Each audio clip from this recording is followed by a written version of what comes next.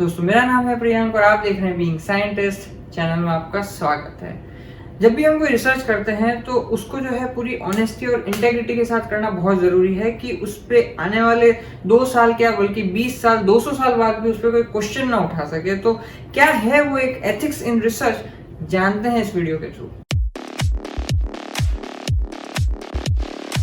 तो अगर आप रिसर्च फील्ड के अंदर हैं या रिसर्च फील्ड के अंदर आने के बहुत ज़्यादा इच्छुक है, आने वाले हैं, तो आप मेरे आने वाले जो 7 पॉइंट्स है वो ज़रूर देखें, क्योंकि मेरे को पर्सनली ये सारे के सारे एथिक्स समझने में एक तरह से काफ़ी लेट एजुकेशन मिली, but I would really like कि आपको टाइम रहते कि ये सारी की सारी एजुकेशन मिल जाए, अवेयरनेस मिल जाए। So number 1 thing is copyright permission. और कॉपीराइट परमिशन जो है एक तरह से इंटेलेक्चुअल प्रॉपर्टी राइट्स के अंडर आता है। और उसका क्या मतलब है कि कोई भी आपने जैसे ग्राफ है, इमेज है, टेबल है, कोई भी रिटर्न मटेरियल है, कुछ भी है, तो वो बेसिकली हर किसी का कॉपीराइट होता है। वो डिपेंड करता है कि किस तरह के जर्नल में पब्लिश किया गया है, जैसे कि ओपन में है कि क्लोज में है, हाइब्रिड एक्सेस में, जिसके बारे में मैंने पिछले वीडियो में आपको समझा रखा है। तो उसके बेसिस पर डिसाइड होता है कि किस तरह से किसको कॉपीराइट दिया गया, आप वहां जाके समझ सकते हैं। तो वो एक तरह से वो कॉपीराइट आपको समझने की जरूरत है। और उसके बाद में आपको ये देखने की जरूरत है कि उसमें क्या क्या चीजें हैं जो रिप्रोड्यूसिबल हो सकती है, क्या क्या चीजें आप रीप्रिंट करवा सकते हैं और क्या क्या नहीं करवा सकते हैं। और अगर आप जो नहीं करवा सकते हैं उसके लिए कैसे परमिशन लेनी होती है। तो इन सबका एक तरह से पूरा ब्यौरा है, जिसका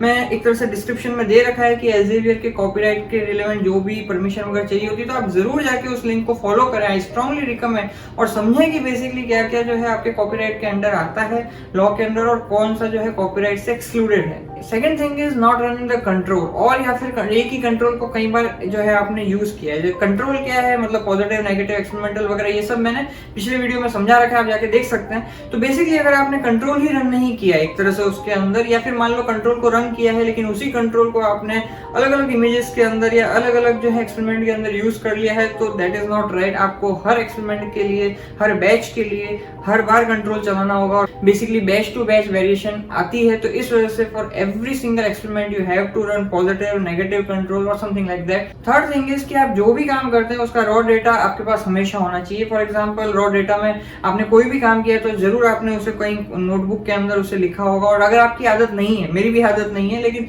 अगर ये आपकी भी आदत नहीं है तो मैंने भी इसे इंप्रूव किया है। जितना ज्यादा हो सके आप उसे प्रॉपर्ली डेट के फॉर्म में और तरीके से आपने क्या क्या लोड किया है या क्या क्या जो है कैसे ये इमेज प्रोक्योर हुई है, कैसे क्या हुआ है, वो उसको प्रॉपर्ली तरीके से लिखें। क्योंकि 3 साल बाद में, 4 साल बाद में हो सकता है जब वो डेटा पब्लिश हो रहा हो तो आपको कुछ याद भी नहीं रहे, लेकिन वहां पे वो अगर लिखा होगा तो काम आएगा। और अगर रिव्यूअर ने या फिर अगर आने वाले 20-30 सालों में किसी ने भी पूछा कि ये काम बेसिकली कैसे होता, तो आपके पास में वो नोटबुक के अंदर या अगर कंप्यूटर के अंदर कोई फाइल सेव है जो कि रॉ फॉर्मेट के अंदर है, क्योंकि कई सॉफ्टवेयर की रॉ फॉर्मेट के अंदर अपनी खुद की फाइल बनती है, तो वो अगर आपके पास में है तो you can always answer and look back for your own consideration as well. Fourth thing is don't cherry pick the data. और चेरी पिकिंग से क्या मतलब है कि बेसिकली आपने मान लीजिए कोई एक्सपेरिमेंट किया है और वो 5 बार जो है आपने एक्सपेरिमेंट करके देख लिया है, लेकिन कोई आ नहीं रहा है उस जो जैसा कि आप रिजल्ट चाह रहे हैं। मान लीजिए मैं अपनी फील्ड की बात करूं तो लेट्स से कि आप प्रोटीन प्योरीफाई करना चाह रहे हैं, आपने 5 बार जो है करके देख लिया किसी पर्टिकुलर तरीके से, लेकिन आ नहीं रहा है, लेकिन 6ठी बार किया और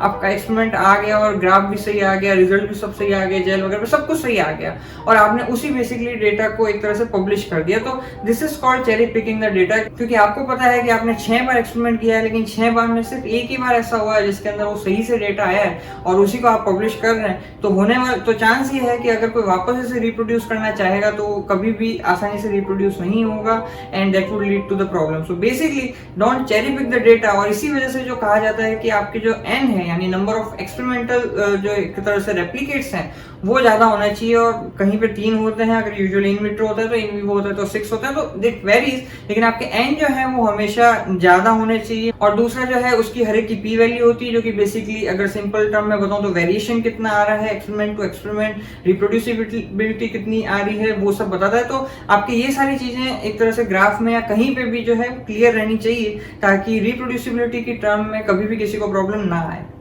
fifth thing is manipulating the data all together. और ये तो मतलब बहुत ही ज्यादा खतरनाक है कि मतलब आपने जानबूझ के कुछ ऐसा काम किया है जिसके अंदर आपको पता है कि ऐसा कुछ रिजल्ट आ नहीं रहा है, लेकिन जस्ट बिकॉज आप अपनी ही हाइपोथेसिस से इतना पॉजिटिव हैं, आप अपने ही उस बेसिकली नोशन से इतना पॉजिटिव हैं कि रिजल्ट ऐसा ही आना चाहिए, और आपने लेट से वहां पे कहीं मैनिपुलेशन कर दी। वो कुछ भी हो सकता है उसके अंदर। मान लीजिए आपने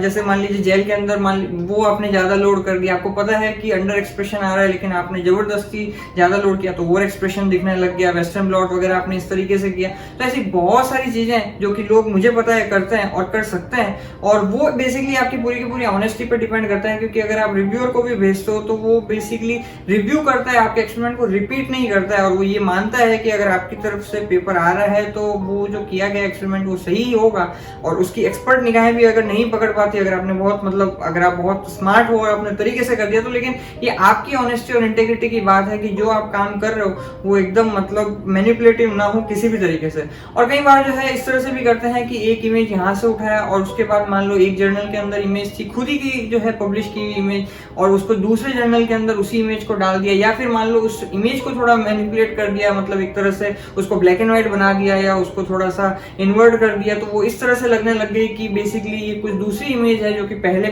जर्नल में नहीं छपी, लेकिन इवेंचुअली अगर देखा जाए तो वो दोनों सेम ही इमेज है। जस्ट आपने उसको एक तरह से कहते हैं ना फिल्टर लगा दिए और इस तरह से वापस से पेश कर दिया इन अ डिफरेंट फॉर्म। तो ये सारे जो मैनिपुलेटिंग होता है मतलब दैट इज रियली शेमफुल और ये हाईली अनएथिकल बिहेवियर है। और अगर आप पकड़े जाते हो ऐसा करते हुए तो इंडिया का तो मैं श्योर नहीं हूँ, गवर्नमेंट जॉब एक बार लगती है तो निकालते नहीं यूजुअली, लेकिन अगर आप बाहर कहीं पकड़े जाते हो तो आपका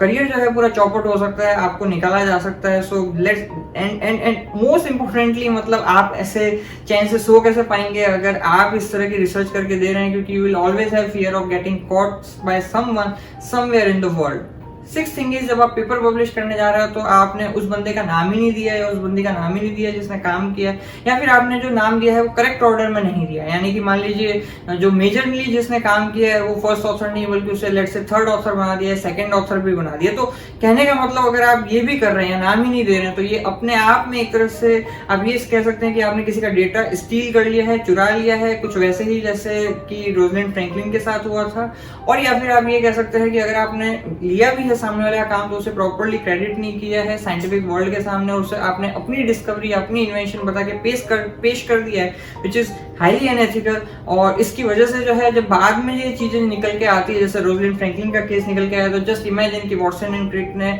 नोबेल प्राइज भी जीत लिया, लेकिन एक तरह से मतलब ये उनके करियर में या उनके बिल्कुल प्रेस्टीज पे एक तरह से धब्बा है इन माय ओपिनियन। और उसी के हिसाब से मैंने अनप्रोफेशनलिज्म पे एक पहले वीडियो बनाया है and I would strongly recommend कि आप उसे जरूर जाके देखें, आपको बहुत सारी चीजें इससे समझ में आएगी। Seventh and final thing is, peer review के अंदर आप किसी अपने फ्रेंड को या अपने कोलैबोरेटर को डाल रहे हैं, और बेसिकली एक पेपर कैसे पब्लिश होता है इसके बारे में मैंने पिछले वीडियो बनाया था, आपको समझ में आएगा मैं इस पॉइंट में क्या कहना चाह रहा हूँ। तो आप अगर मान लीजिए किसी से पीयर रिव्यू के लिए भेज रहे हैं और अगर आपने वहां पे आपको डेफिनेटली वो रिकमेंडेशन मांगता है, और रिकमेंडेशन के अंदर आप अपने ही किसी फ्रेंड का या अपने ही